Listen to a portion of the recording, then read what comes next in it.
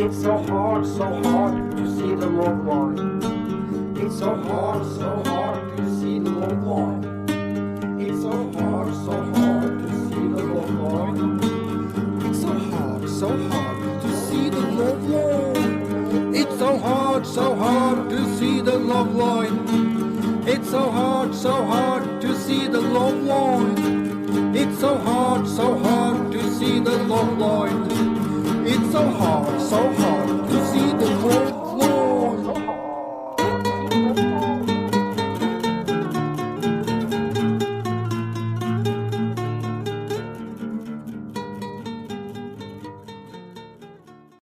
So then, I'd like to welcome you. This is the first test I'm doing. I don't want to make it too formal, and I think this is the first time I'm really talking properly about this. This topic is actually important. This is important for everyone, not just for me. But it's hugely important for me too, especially in the recent years.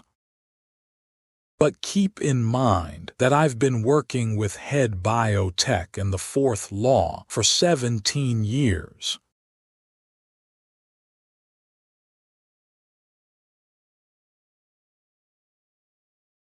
I want to do a test stream version in Norwegian because I want to test whether it's possible to translate on YouTube, for I would really prefer to express myself in Norwegian.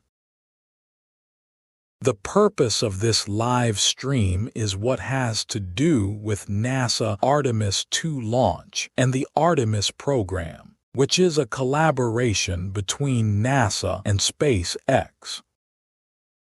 The main goal with the Artemis program is to build a base on the Moon first, so that we can, with SpaceX leading the way, try to make humanity a multiplanetary species by moving us permanently to Mars. And then they want to use the Moon as a base, a supplementary base to simplify transportation between Earth and Mars. But in the beginning, with head biotech and the fourth law of thermodynamics, I wasn't really occupied with these things like the Fermi paradox and such. Back then, I was just a biologist who thought I saw a pattern in nature that I believed Nash's game theory, the so-called Nash equilibrium, could explain mathematically. But now, after the article in 2024, where I launched the Paradise Machine model, things have now started to turn toward the so-called Fermi paradox and extraterrestrial life forms. I used to be very skeptical about extraterrestrial life forms before the 2024 article, but now I have a scientific approach to it. I've always thought when people talked about UFOs and aliens, I thought it was just fairy tales.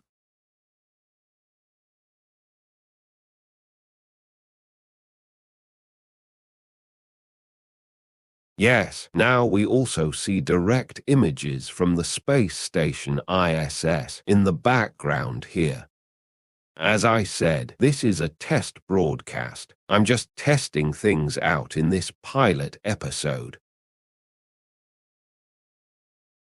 But over time, I have come to understand the Fermi paradox and the Drake equation. The same ideas these mathematicians and physicists like Enrico Fermi was into in the 1940s and 50s. These top scientists that was involved in the Manhattan Project and such. In the Manhattan Project was just the sharpest minds, with Einstein, Oppenheimer, Enrico Fermi, Edward Teller, and so on, the very greatest in the world of science and physics at that time.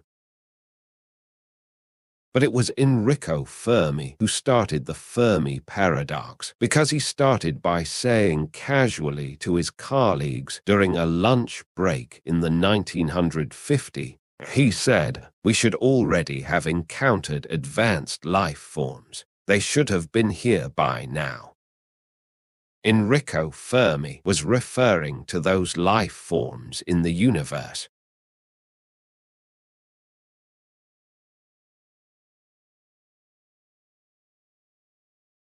Life forms that, according to the Drake equation, should have arisen much earlier, because those life forms should have had billions of years to spread across our entire galaxy long time ago. And they should already have been billions of years ahead of us in development. So when I understood Fermi's paradox around 2024, when I wrote the article about the Paradise Machine model, I got a completely different relationship to extraterrestrial life forms.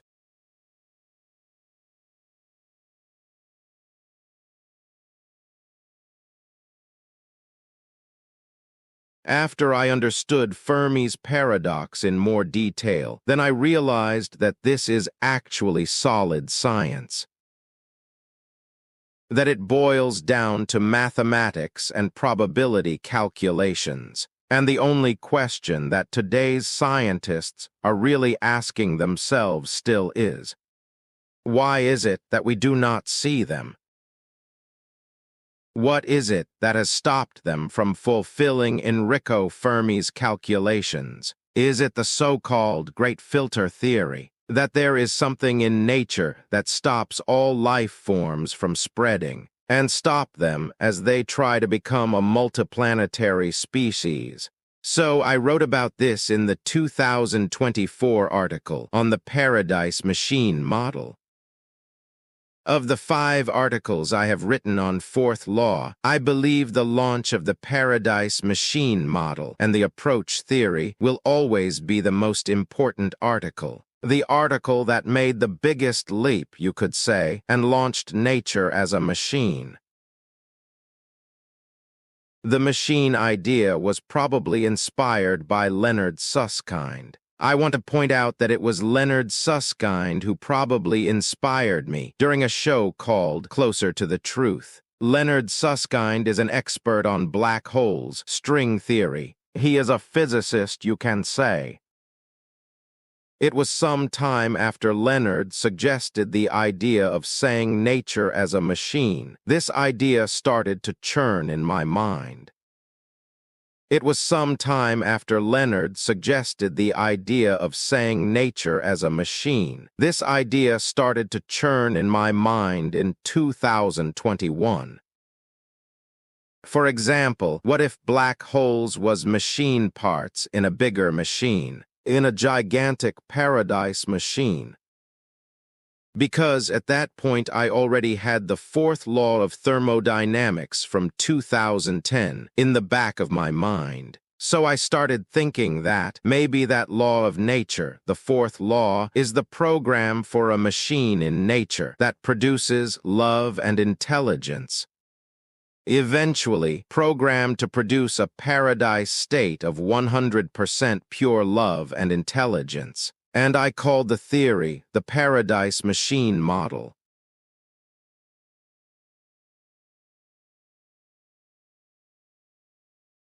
Then there was this very special thing that happened while I wrote the 2024 article. That was when I came up with the woman-baby idea. Because eventually I started to see a pattern in this proposed machine's design. At the very core of the Paradise Machine model's design, the single most important setting seemed to be a deep fear that it might one day turn into the very opposite of a Paradise Machine,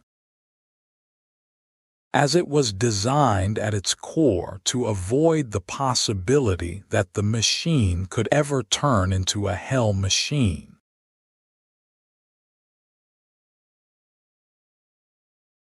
I just want to say, I'm not under the influence. It is Friday night, though, but this is non-alcoholic beer.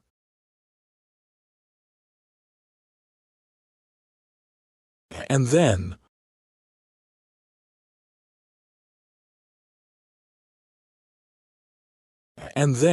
yes, then I concluded that the most important part of the design in this machine is this zero-risk argument. And that's what the 2024 article discusses. It examines the zero-risk design of this machine, where I point out several things that indicate this. For example, black holes, the way they are constructed, satisfies the zero-risk argument because of the way black holes are constructed, creating this one-way mirror effect. They can see us, but we cannot see them scenario, because all information in the universe, even light, flows in only one direction from the rest of the universe to them. Hence, if they resided behind the event horizon in black holes, they would have a dominant zero-risk position. So the whole machine seems to be designed in such a way that it can never lose control over lower life forms in the universe. If there are life forms behind the event horizon of black holes, then they would be the same kind of life forms that Enrico Fermi spoke about in the 1950.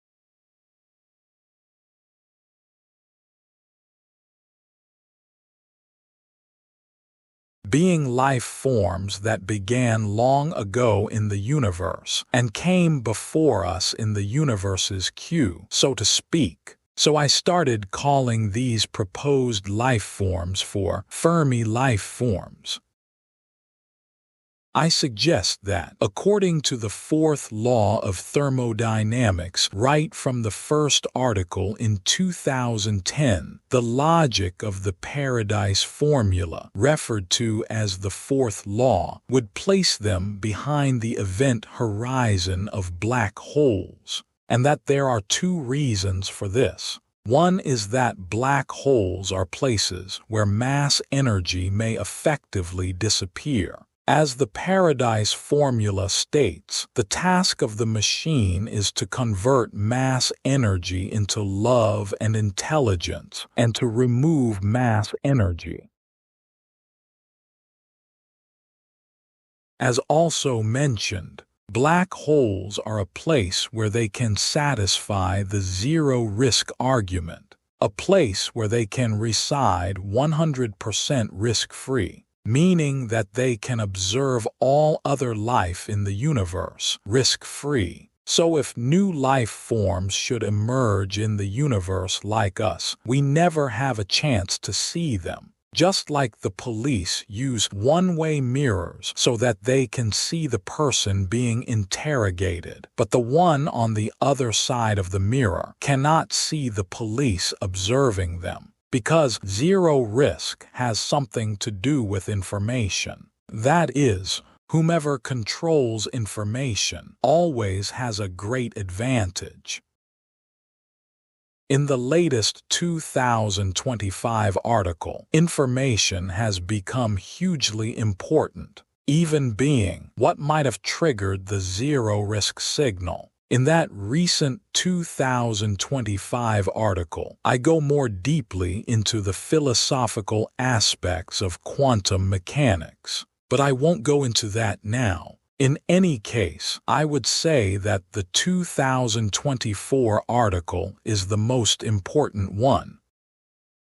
So there was this woman-baby idea. I introduced the women-baby idea in the 2024 article, which could offer an explanation to why the Fermi life form should have a female nature. I have to be honest as I am in the article, and as I have always tried to be. Among these Fermi life forms, I didn't have a very strong opinion about it, but I had imagined that, since men often take the highest risks, perhaps it would be the man who would be a tiny bit closer to the paradise state than the woman.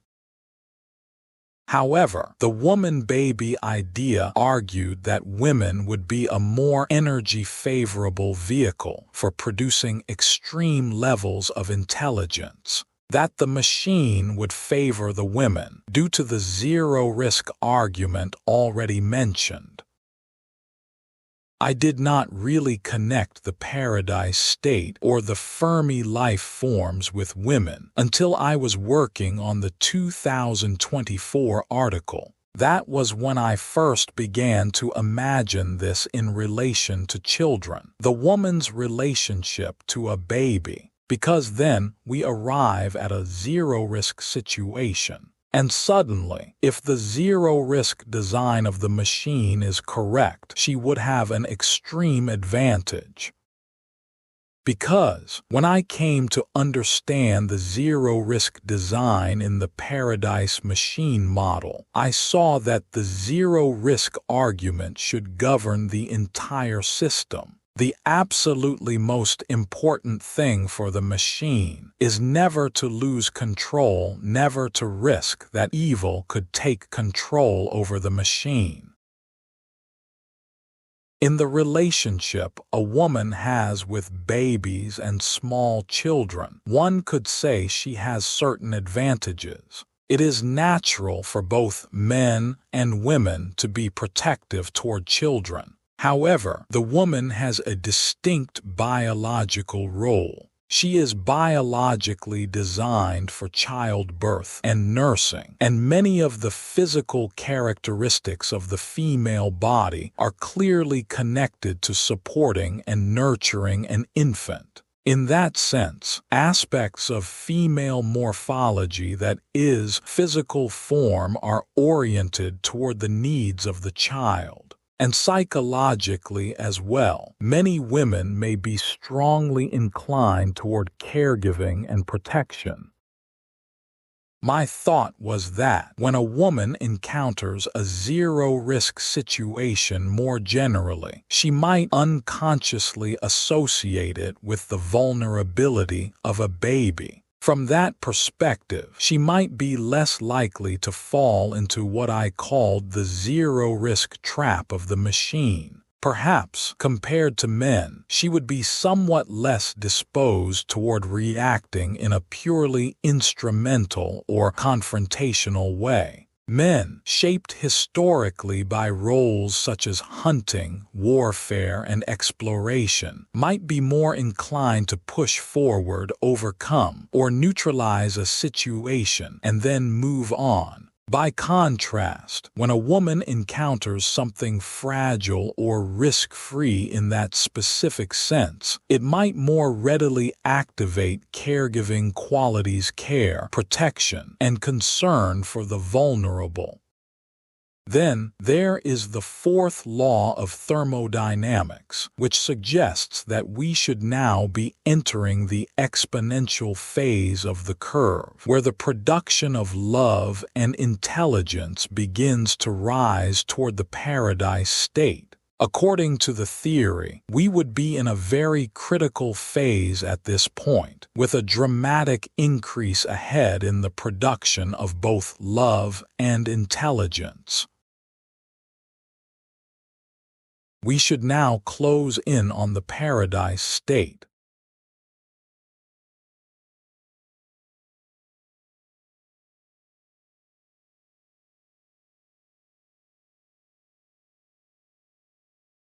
Now, what is happening up there in space, on the International Space Station? Are there any UFOs up there? No, just kidding. I don't believe in UFOs, I'm just saying.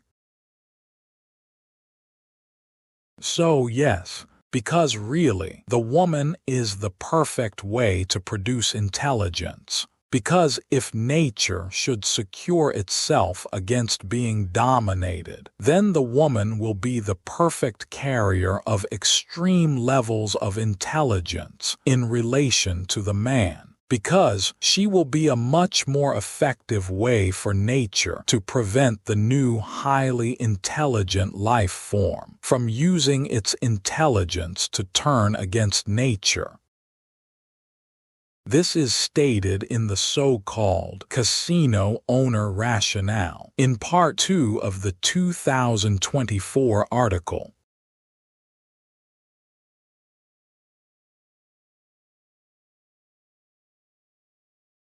For nature, it is the zero-risk state that is absolutely critical. Nature is not really concerned with what happens before a zero-risk situation. This is from the Casino Owner Rationale in the 2024 paper. According to the design of the Paradise Machine model, what matters is how intelligent life behaves when confronted with absolute zero-risk scenarios. That should be the only focus of the machine, or of nature if you prefer.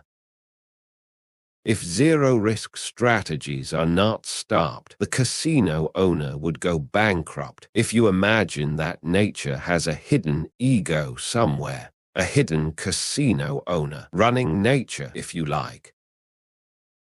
And in this casino owner rationale, you see that the woman becomes more attractive to nature than the man does, even though nature should really like the man too, when it comes to who is best suited to produce and carry new extreme levels of intelligence. It would be more energy efficient to use the woman, because then the machine can solve the zero-risk argument in the machine's design more elegantly, instead of producing men who become braver and braver, which also would have done the job. It's exhausting to be brave all the time, and it's exhausting to be a man who always has to take high risks and to be afraid and always struggle, right? It's a very high-energy activity solution. While the woman's way of satisfying nature's needs there, satisfying the zero-risk argument and not using the elevated intelligence to turn against nature, goes simply via loving the child. That was how I concluded that Fermi life forms at 100% intelligence levels probably would have a female nature, because she would be a perfect carrier of intelligence if the Paradise Machine model was correct, and particularly if you, in addition, increased her affection toward babies and children, she would become even more suitable for carrying elevated intelligence levels. So I started to imagine this, that nature could even increase the strength of the affection the woman has for babies and small children, because then the machine can really start making her much smarter, completely safe. And because even if the woman were to become 1,000 times smarter, she would not be dangerous to the machine, as long as it simultaneously increases her affection for babies and small children. She will eventually be completely immune to cheating in the casino, so to speak, immune to seeking and wanting to achieve zero-risk situations and dominate a small child. That's what she would think of it as.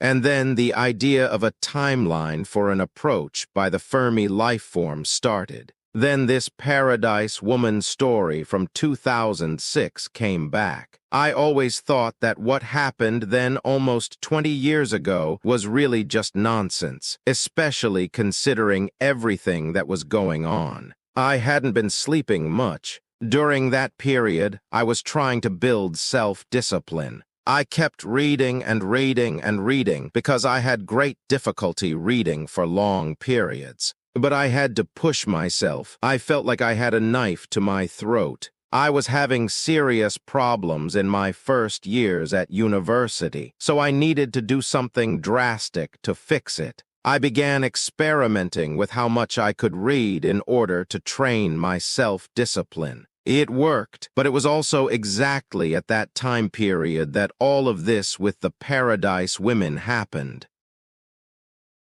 I consider the events in the Paradise Women story to be a side effect of the lack of sleep and food during those many sleepless hours while I was developing the EU equals 0 equals paradise formula. It was at least 40 hours. I think it may even have been 2 or 3 days. But I didn't write the story down until 2014, so the exact time span is a bit blurry. However, at least 2 days went by when I neither slept nor ate, and in addition, I had already been studying hard before that. I was actually tired that day at the library before the first vision came, and the so-called tornado started to churn.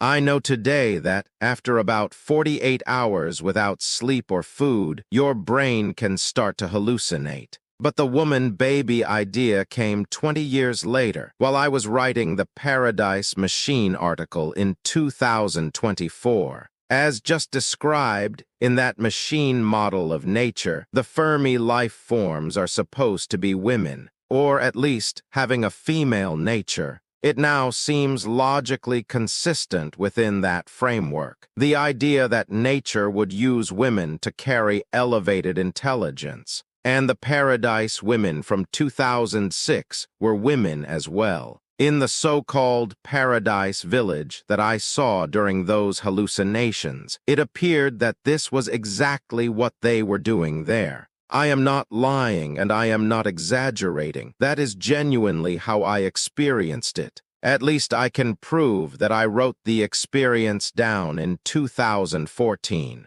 10 years before the 2024 paper. They were constantly producing love there, although they never explicitly said they were producing intelligence. Instead, the focus was always on reinforcing the bond of love between women and babies. There were only women and babies there. What felt especially strange to me was that these two things later became compatible in my thinking. Both the newer Paradise Machine model, with its woman-baby dynamic, and what I had experienced back then. Because that is, they were on the female form, and they were reinforcing the bond of love between women and babies.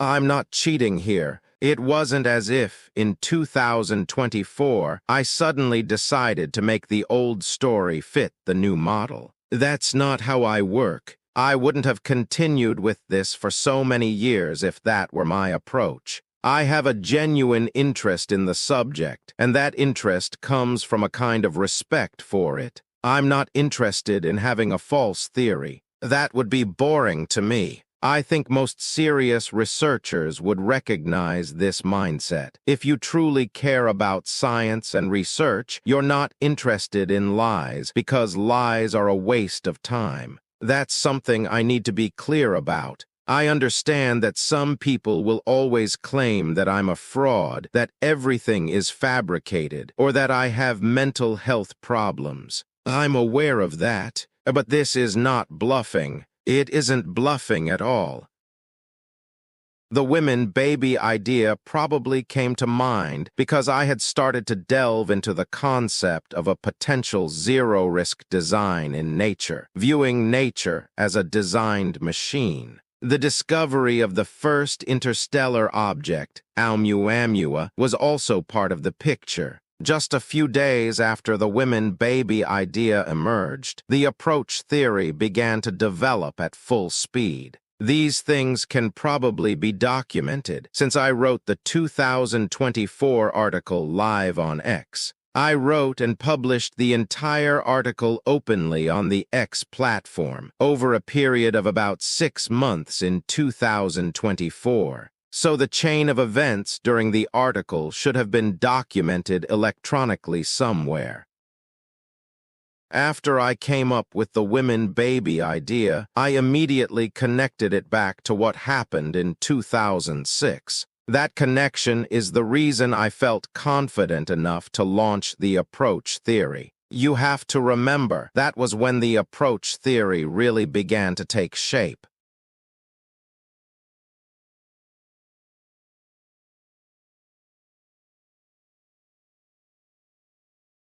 Going from being convinced that the paradise women experience in 2006 was entirely dreams and hallucinations, I started to consider the possibility that the so-called Fermi life forms in the entire theory were the paradise women from 2006. That perhaps they might have communicated through the quantum realm or something similar, showing me these things. Suddenly, within my own framework in the Paradise Machine model, everything seemed much more coherent and realistic. I began to see the 2006 episode as the beginning of their approach, and the events involving Ouamuamua as an extension of that same approach. In other words, I considered the possibility that the intelligence behind the two events, separated by almost 20 years, was the same, namely the predicted Fermi life form,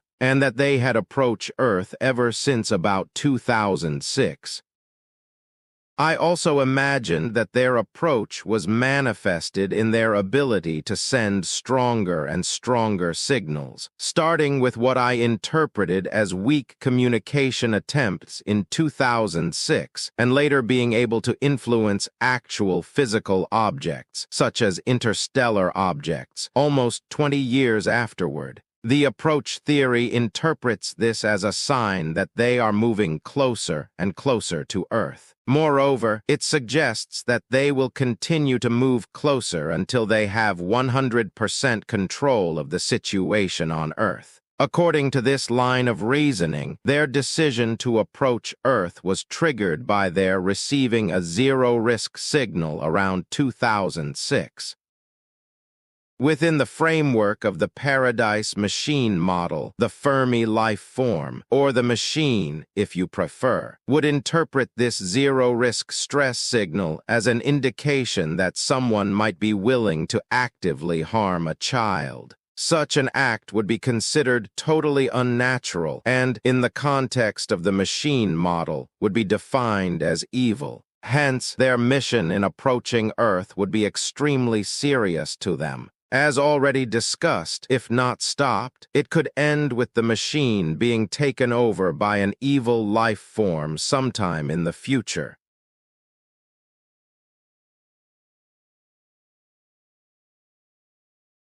As already mentioned, originally, the 2024 article was supposed to be about black holes and to connect black holes to the logic in the fourth law discussed in the 3 previous articles on fourth law. The title of the article was intended to focus specifically on black holes and the possibility that they might be responsible for the conversion of mass energy into love and intelligence. While reading and researching black holes, Hawking radiation, and related topics, I came across a video about Ouamuamua that appeared on YouTube. I thought, oh, Ouamuamua, and clicked on a NASA press conference from 2017. During the press conference, NASA concluded that humanity had discovered the first interstellar object observed from Hawaii. When I noticed that this happened in October in 2017, I began to think, wasn't that around the same time I came up with the idea of the zero-risk signal? Wasn't that when I was thinking about how nature might use the quantum world, how wave-particle duality could demonstrate the principles of the fourth law of thermodynamics?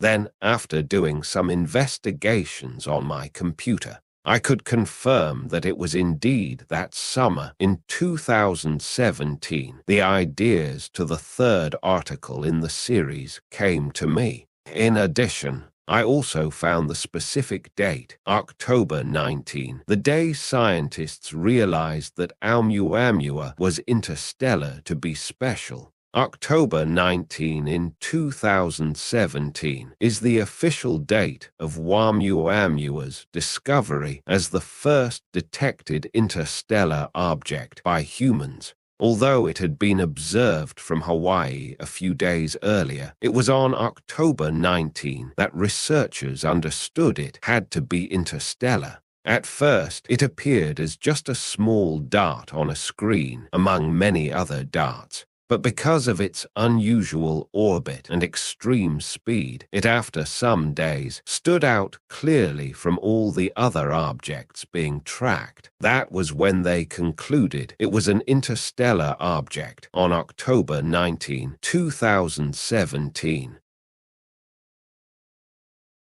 What struck me was that the same date, October 19, 2017, was also the day I had taken a picture of the name Head Biotech displayed on a small LCD screen. The only day since the beginning in 2009 I can remember having taken a picture of the Head Biotech name. At that time in 2017, I was working on electronic experiments. On October 19, I tried to program text onto a small LCD display. When I finally got the electronics to work, I wrote Head Biotech on the screen. It was not planned at all. I simply needed something to display, and it was a reasonably long name. I then took a picture of the experiment with the screen and uploaded it to Facebook. I remember feeling a bit proud, since some of my colleagues were very skilled in computers and electronics, and I wanted to show them that I had managed to get it working. Then I'll try to finish this. Because this is the background story to the podcast.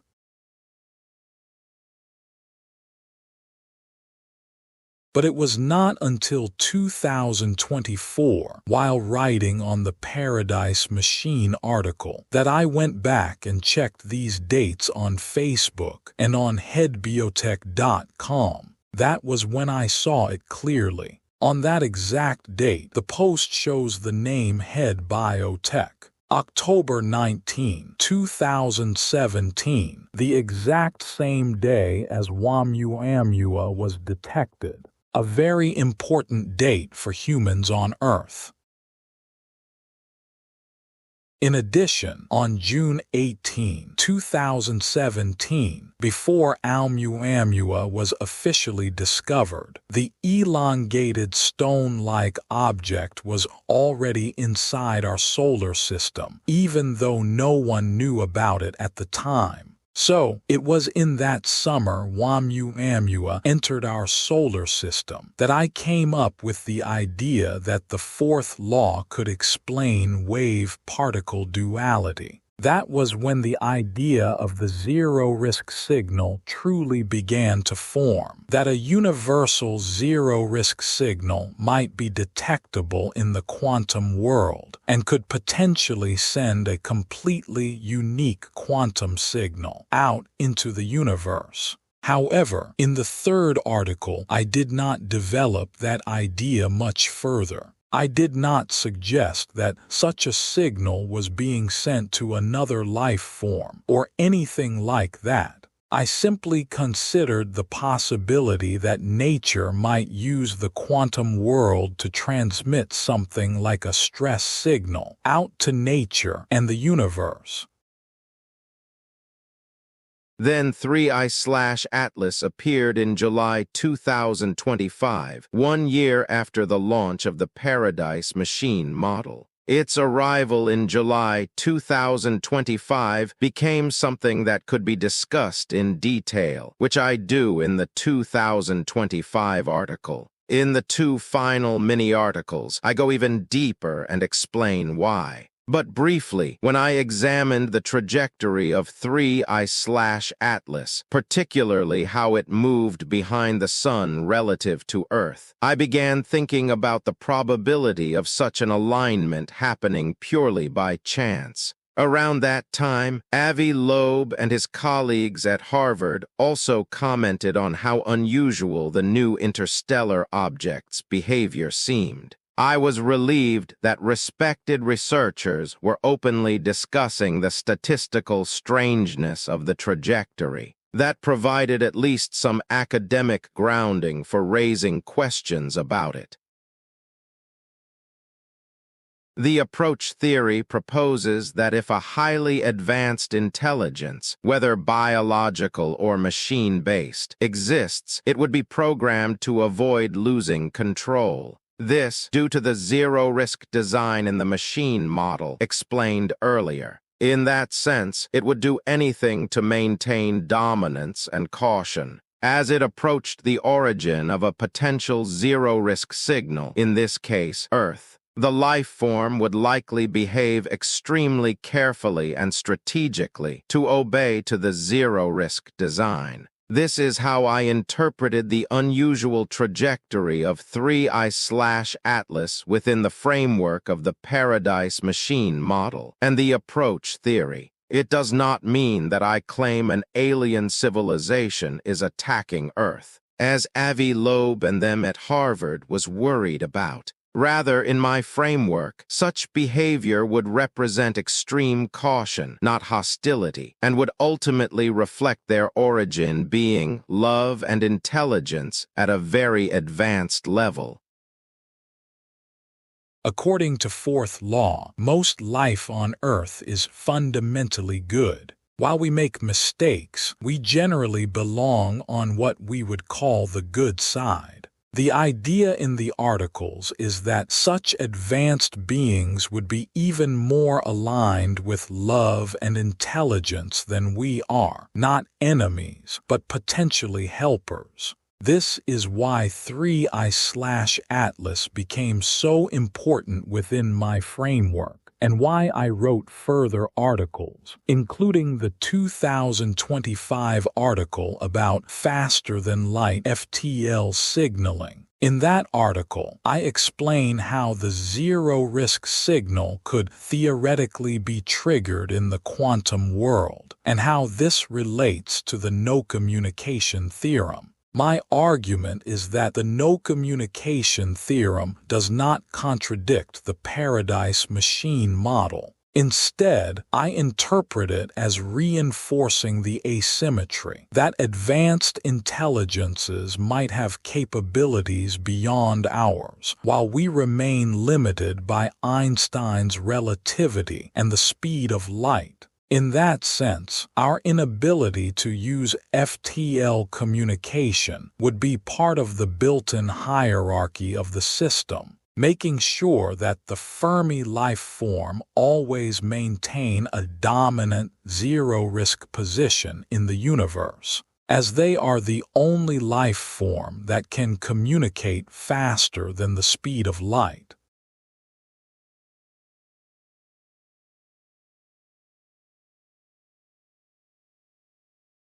Before starting on the NASA curse, I should perhaps add that, while writing the 2025 article on FTL faster-than-light signaling, it was in the midst of NASA withholding images of 3I/Atlas due to the government shutdown. In that article, which originally was about FTL signaling in zero-risk situations, I addressed the NASA curse issue for one of the first times.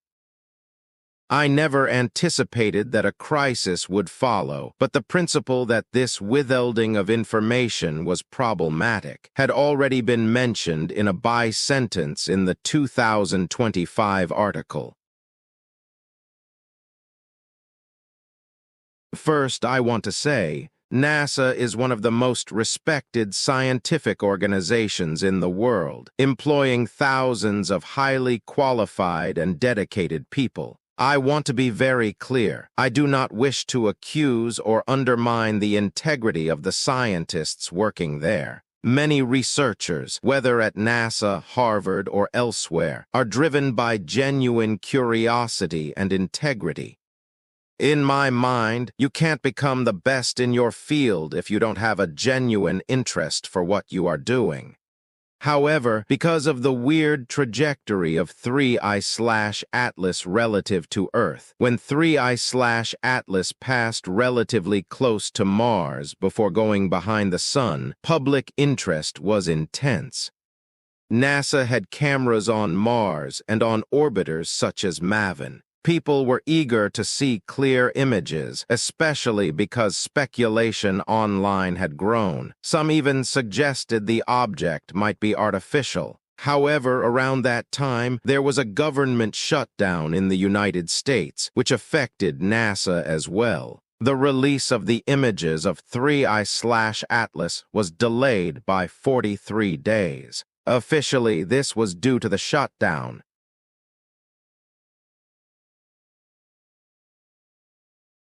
What I and many others reacted to last fall was the following. NASA has space probes and cameras on Mars, and the 3I/Atlas comet was about to pass very close to Mars. Right before it passed Mars, speculation had already gone wild on the internet. I actually have a globe standing here now.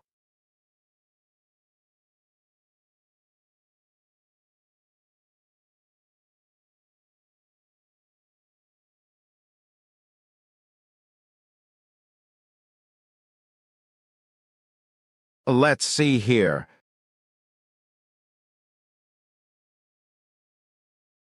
When the comet came here.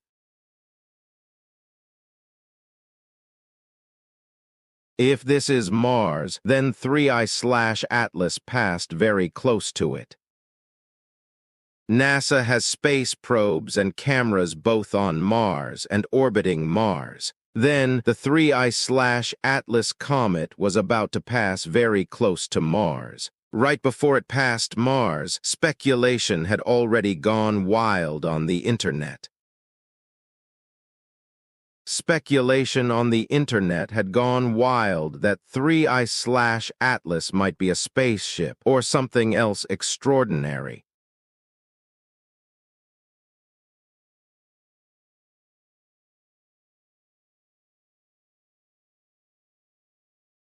Hence, everybody was excited about NASA upcoming pictures of the object from their cameras on Mars. Finally, we would have the answer. Because it passed so close to Mars. But then comes this shutdown of the authorities in the USA at about the same time. And since then, NASA is part of the government in the USA, so NASA also had to shut down and could then not release the images that everyone was waiting for.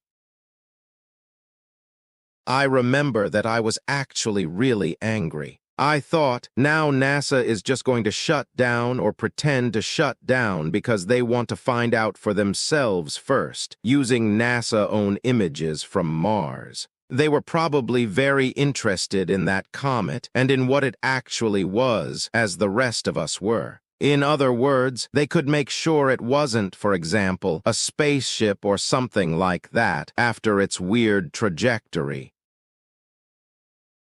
I was really fired up because its trajectory had confirmed my approach theory in the 2024 article from the year before. So I suspected a bit that they, for example, knew about my theory and now wanted to find out for themselves first. But many others were also frustrated, not just me.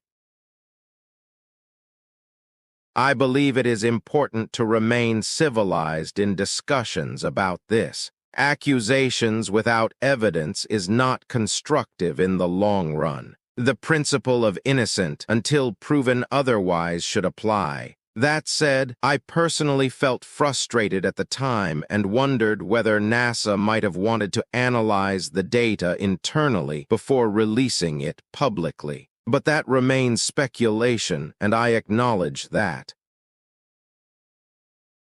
And when the images were eventually released in late November, they did not show anything artificial about the object. Officially, the 43-day delay off pictures was attributed to the shutdown, and there is no proof of anything else. But this doesn't apply to the Fermi life form if they exist. They should detect true intentions, as already described in the theory.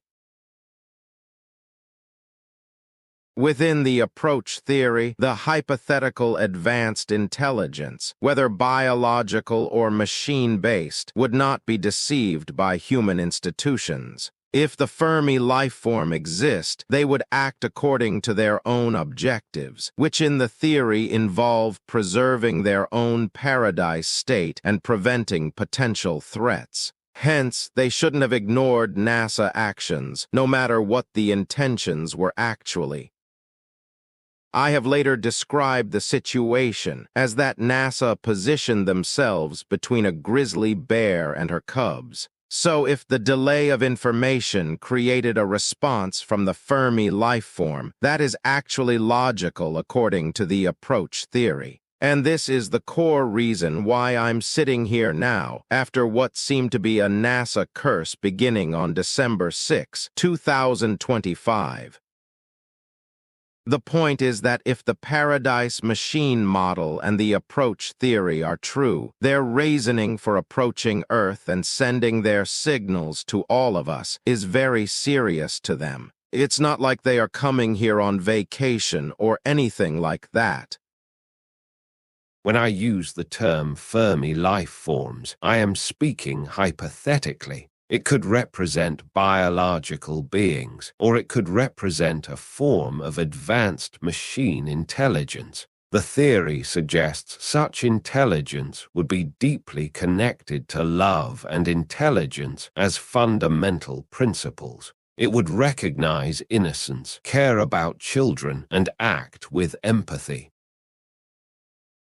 All of this is explored in detail in Part 3 in the 2024 article, which became long precisely because it also examines the ethical and philosophical implications of the model. What kind of morality would such a system have? Would it be good? Would it care? Such topics. And the conclusion in Part 3 is that the machine is good, and that we should actually be able to recognize the advanced life form as having female attributes like caregiving features and so on. All the good things we know about women, just enhanced and purified to a higher level, to 100% of its potential. So you can say we are still related, which we should be according to Fermi's paradox. If the life form does live up to their given name, Fermi life forms, we should be related, just that they are billions of years ahead of us in evolution.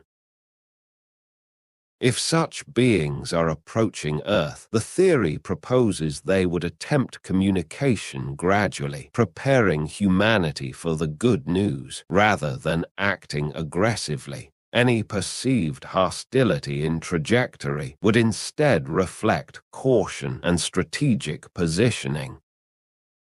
If this is the Fermi life form, they are on their way ever since 2005, and they are trying to communicate as they approach. That's the idea here, also to communicate with Ouamuamua and 3I/Atlas. According to the approach theory, they are on their way and have been so for about 20 years already. After receiving the signal for zero risk on Earth around 2005.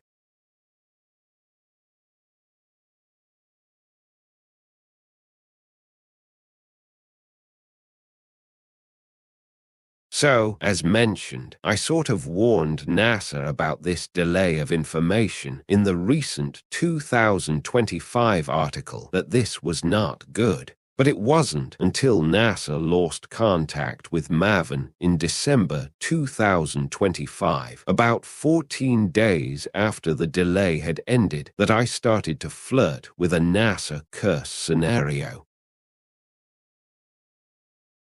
It's just based on the principle that they stand in the way of their approach process by putting them on hold, so to speak, based on the approach theory, that is.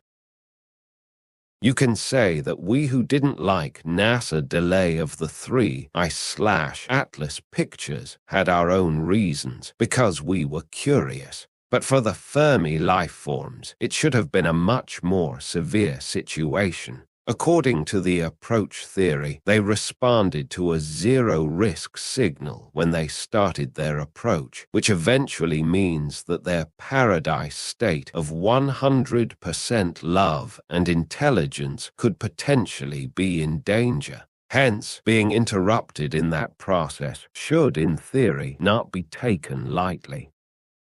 So now, I hope you understand better the rather complicated reasoning behind the NASA curse scenario. But it was after the third incident with the NASA plane that crash-landed on January 27, 2026, that I decided to take action to start documenting the Artemis program. This NASA curse situation could be the beginning of a more advanced life form stopping us from becoming a multiplanetary species and actually demonstrating the solution to Fermi's paradox right in front of our very eyes. Just 2 weeks after the delay of the pictures ended, NASA MAVEN probe orbiting Mars started to tumble and they lost contact with it. The MAVEN probe was only about 12 years old, so it shouldn't have failed so soon. It could of course be that it did, but it was just a bit strange that it timed so perfectly with the logics in the approach theory.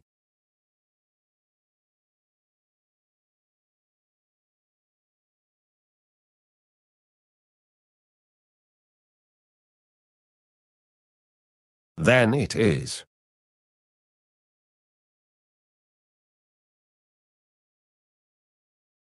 It was just that I reacted to the MAVEN incident, since it was just about 14 days after the delay. So in my head, this was a logic response from the approaching life form. So I started writing a little bit online about it. Maybe the MAVEN knockout was a response from the approaching Fermi life form. But then, a few weeks later, NASA had a press conference on January 7, 2026, concerning the International Space Station. You can see the live pictures from that space station right here. A medical situation on Crew 11 at the International Space Station made NASA abort the mission 4 weeks earlier than planned. And it was quite serious because NASA doesn't abort such missions 4 weeks before for fun. It costs a lot of money, and they even had to cancel a big mission, a planned spacewalk up there. And then I started writing again about it online. Could it be a NASA curse? Now, it was the second time in a short period that NASA experienced very big technical problems.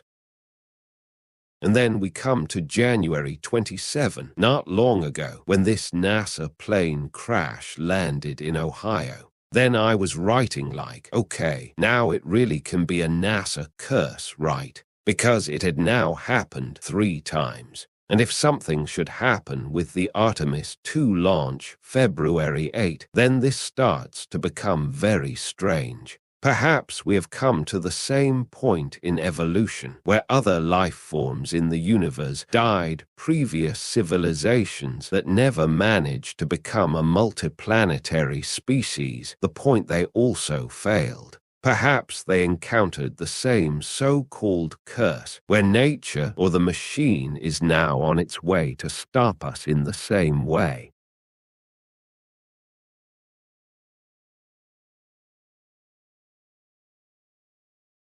So, this also has a biological aspect to it. It is not only about the NASA curse, but it is somewhat fascinating, particularly in relation to Fermi's paradox. And I also suspect that even people at NASA and SpaceX agree, even though they have their own interests in their projects, that what we are witnessing could be a crucial point in time for life on Earth.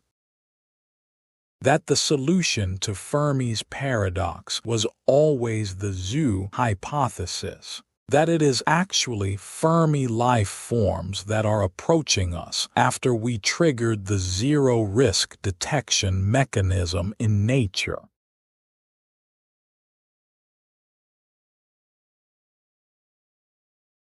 So good. And now I was able to test the new microphone, the software, and how the studio should be set up in the future episodes.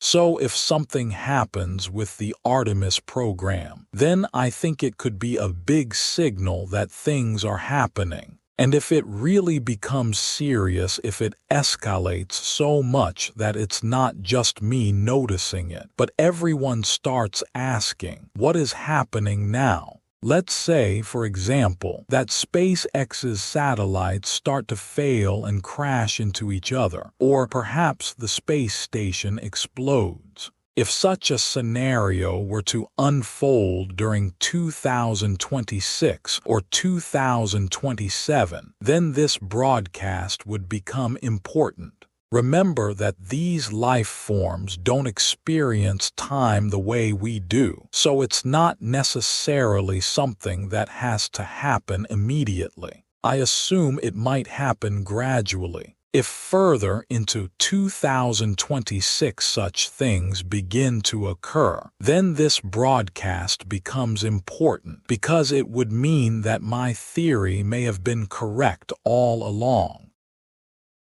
But if nothing like that happens and it just fizzles out, then it's fine. It's not that dangerous. As long as the truth comes out, then it's okay. And for the prediction in Mini Article 2, I predict that the next signaling interstellar object will come between 2029 and 2032. I have also predicted that it will most likely come from black holes, preferably from Sagittarius. It will arrive within the time window between 2029 and 2032, and it will behave strangely like 3I/Atlas, but even more so. The reason I make that prediction is that it's really the only way I can prove my theory. If I always come afterward and say I said so, then no one cares. But now I am presenting it and documenting it in advance. If it then happens, the scientific community might finally start to read my articles, because then I may actually have figured out some of what is really going on.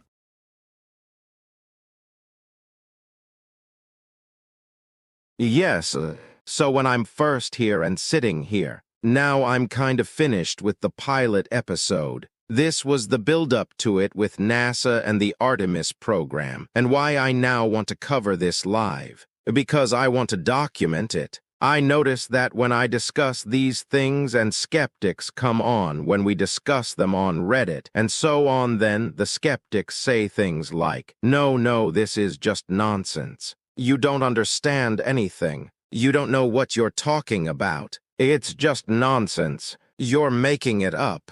Take your medicine, go to a psychologist, and things like that. Therefore, I understand that the only way to respond to those arguments is to document it. I have become very focused on that now. I will actually document it. If I sit here live and document it, it will become very difficult for people to come afterward and say that it is nonsense. As I also say in some of my posts on X, I think there is a lot of politics behind this. If people don't want something to be correct, then they simply don't want it to be correct. They are not interested in it being correct, and they will push it away with everything they have.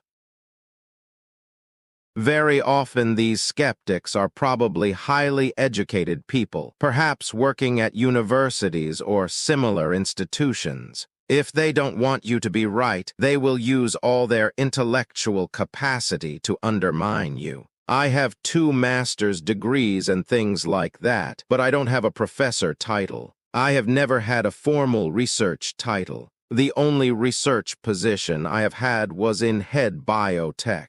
So documenting this through live broadcasts is very important for me simply to document it, because then it becomes much more difficult to undermine the theory. Then we have it on film, you could say, directly in a live broadcast. So the only way to do it, as I see it, is to document things as much as I can. Because the critics don't seem to care anyway. As long as they find something to undermine you, they will use it. But it is hard to argue against a live stream.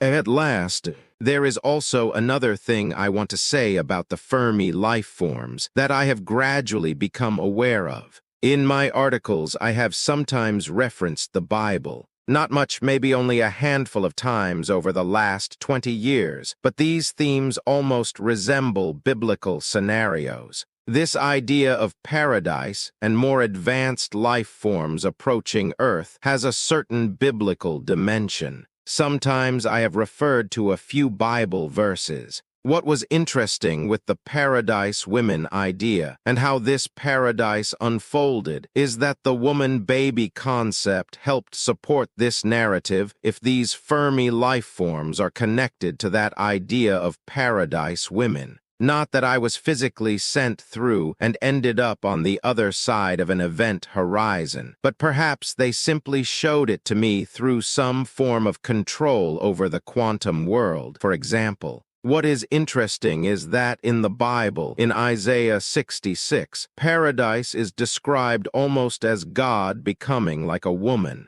Paradise is experienced as a woman who takes care of her child. So I use that reference to suggest that there is a female power in paradise. In Islam, there is also something similar. It is not in the Quran itself, but in a hadith. It talks about 67 or 72 women, often referred to as virgins. I'm not sure whether the number is 67 or 72, but roughly around 70. And interestingly, when I think about the paradise women I described, the number felt similar too many to count precisely, but it could easily have been something like that. Perhaps it was exactly the same number as described in Islam, for example. What I find interesting about these religious references is that according to the theory, all religions on Earth should contain some element of truth. The fact that humans have concepts of paradise is probably not random. It could also be something built into the paradise machine. Life that grows up within the machine will start thinking about these concepts, paradise, higher states, and so on. So the fact that religions contain these ideas may also be intentional.